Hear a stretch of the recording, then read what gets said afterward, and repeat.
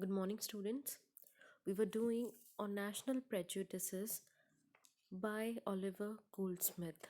In this essay, in my last lecture, I told you that Oliver Goldsmith criticizes narrow nationalism, narrow feelings that people have towards their country.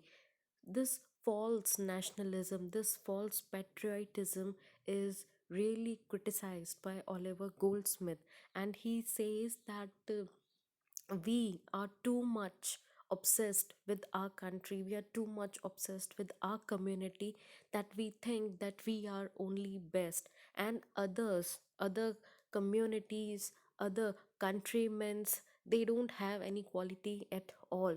So because of this mentality, because of this false notion, Oliver Goldsmith says that he would be called as citizen of the world.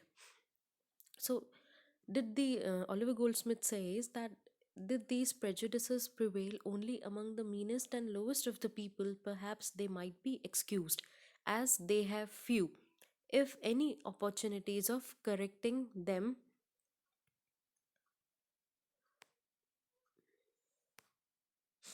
Correct, as they have few, if any, opportunities of correcting them by reading, traveling, or conversing with foreigners.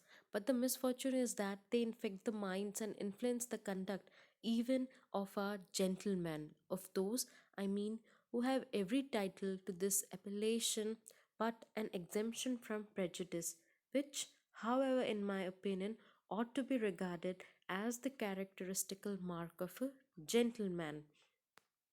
For let a man's birth be ever so high, his station ever so exalted, or his fortune ever so large, yet if he is not free from national and other prejudices, I should make bold to tell him that he had a low and vulgar mind and had no just claim to the character of a gentleman. Okay, this was a very big line, and in this line, Oliver Goldsmith says that if these prejudices, if they were, if they prevailed only among those uneducated people or among those uncivilized people, then it is okay. Okay, because they don't have opportunity for proper education, for quality education. So if an uneducated man have these sort of prejudices, if such a person thinks his country is better than rest of the world, his community is better, then Oliver Goldsmith says it would be okay, because these poor, they don't have any opportunity to find, to study well, to they don't have resources enough to call themselves true gentlemen. So Oliver Goldsmith says if these prejudices prevailed among these uneducated, uncivilized people, then it would be okay. But the tragedy, but the unfortunate thing is that these sort of thinking, these sort of notion, these sort of ideas are prevalent among the most educated person of our society. And Oliver Goldsmith says that this is the sad reality. You have got proper education, you have got all the opportunities, but still your mentality is so low that you think that your community is better or your country is better. So Oliver Goldsmith says that this is the sad reality. And Oliver Goldsmith often says that they infect the minds and influence the conduct even of a gentleman, of those, I mean, who have every title to this appellation. Okay, so he says that even our gentlemen, even they are not free from these false prejudices. And Oliver Goldsmith says that I don't think they are proper, or they must be called even a gentleman. Okay, because he says, let a man's birth be ever so high, his station ever so exalted.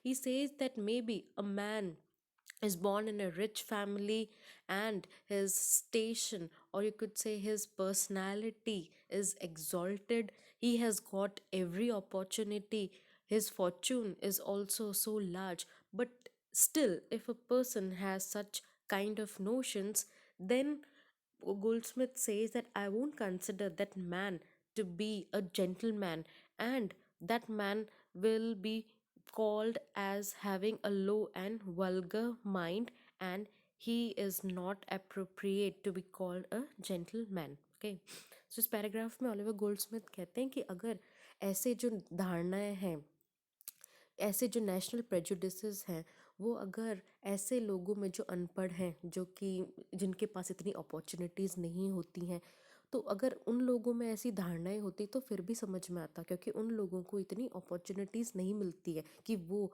अपनी personality को develop कर सकें, अपनी जो thinking है उसे wide कर सकें। तो ऑलिवर गोल्डस्मिथ कहते हैं कि सबसे दुर्भाग्य की बात यह है कि ऐसी जो धारणाएं हैं वो उन लोगों में भी मौजूद है जो लोग अपने आप को जेंटलमैन कहते हैं, और जो लोग प्रॉपर एडुकेटेड हैं, जो लोग समाज में अच्छी पोस्ट्स पे हैं, उन लोगों में भी ये सारी की सारी नोशंस, ये सारी धारणाएं उपस्थित होती हैं। और ऑलिवर गोल्डस्मिथ कहते हैं कि ऐसे लोगों में अगर ये धारणाएं हैं, ये पूर्वाग्रह हैं, तो हम उन्हें जेंटलमैन कैसे कह सकते हैं? फिर भले ही आप कितने भी बड़ी पोस्ट पर क्यों ना हो, फिर भले ही आप कितनी भी अच्छी पोजीशन में क्यों ना हो समाज में, अगर आपके माइंड में, अगर आपकी थिंकिंग, अगर आपकी सोच इतनी छोटी है, तो you won't be considered as a true gentleman. And in fact, you'll always find that those are most apt to boast of national merit who have little or no merit of their own to depend on, than which, to be sure, nothing is more natural. The slender vine twists around the sturdy oak for no other reason in the world but because it has not strength sufficient to support itself. So in this para, Oliver Goldsmith says that you'll find those men will boast of these false patriotic feelings who don't have qualities of their own. ठीक है, अगर किसी इंसान में खुद में ही कोई quality नहीं होगी तो वही ऐसे फॉल्स नोशंस का सहारा लेगा, अपने देश को ऐसे बोलने का साहस करेगा, क्योंकि उसमें खुद में भी कोई क्वालिटी नहीं है, और ऐसा बोल के वो ये प्रिटेंड करेगा कि even that person is also great himself. So Oliver Goldsmith has also given an example of a vine. Now slender is thin. A vine जो बेल होती है, that twists around the sturdy is powerful, strong. Oak is a tree. Okay, so a vine, it is not able to support itself, it cannot stand straight on its own. Okay, it needs some support to for a proper growth and for proper development. So Oliver Goldsmith says that like a vine, it can't grow properly without any support, and it needs a strong person, it needs a strong tree to support itself.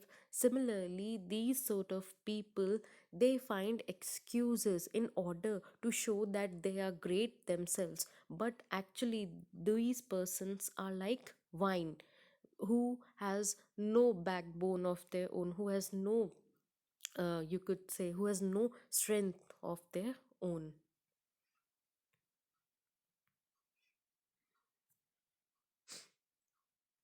So, should it be alleged in defense of national prejudice that it is the natural and necessary growth of love to our country, and that therefore the former cannot be destroyed without hurting the latter?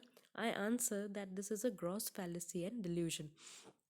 So, in this para, Oliver Goldsmith says that if you think that, or if people consider that uh, nationalism is essential, or if you could say that these national prejudices are really essential, because if they'll not be there, it means that you don't love your country. Okay, so Oliver Goldsmith says that it is not true, and this idea is a false notion, it is a delusion, it is a fallacy.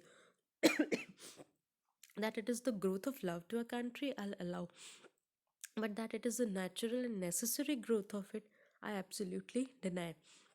He says that it is not essential part. Okay, it is not necessary that you have to hate another country, you have to hate another countryman's in order to prove your nationalism. Superstition and enthusiasm too are the growth of religion, but whoever took it in his head to affirm that they are the necessary growth of this noble principle. Now he gives this example. Superstition is blind belief, enthusiasm is extremism of something, or fanaticism. So he says that these religion also have some offshoots, like superstition also comes with religion, enthusiasm or extremism also comes with religion. So Oliver Goldsmith says that these are really offshoots, they are the unnecessary growth of this heavenly plant. They are, if you will, the bastard sprouts of this heavenly plant, but not its natural and genuine branches, and may safely enough be lopped up without doing any harm to the parent stock. Perhaps till once they are lopped off, this goodly tree can never flourish in perfect health and vigor. So Oliver Goldsmith says that it is necessary that these extra branches must be cut off from this heavenly plant. Okay, lopped off means cut off, so that this plant, this godly plant, can grow properly. ठीक है. तो superstitions जो हैं, extremism जो है, वो religion के साथ जुड़े हुए हैं, बट ये हम नहीं कह सकते कि दे बोथ आर एसेंशियल. तो जो रिलीजन है, इसे एक हेवनली प्लांट माना गया है. ओलिवर गोल्डस्मिथ ने इसे एक हेवनली प्लांट माना है और बोला है कि जब तक हम इसकी एक्स्ट्रा ब्रांचेस, जो कि सुपरस्टिशन और एक्सट्रीमिज्म के रूप में है, जब तक हम इसके एक्स्ट्रा ब्रांचेस को काट नहीं देते, तब तक ये जो पेड़ है वो अच्छे से ग्रो नहीं कर सकता. So similarly Oliver Goldsmith also says that even love for your country, nationalism, is also a heavenly plant. But you could love your country, but you must respect other religion also, you must respect other countries also, and it is not essential at all that you must hate another country, you must hate another community in order to show your love, in order to prove your love to your country, or in order to show your patriotism.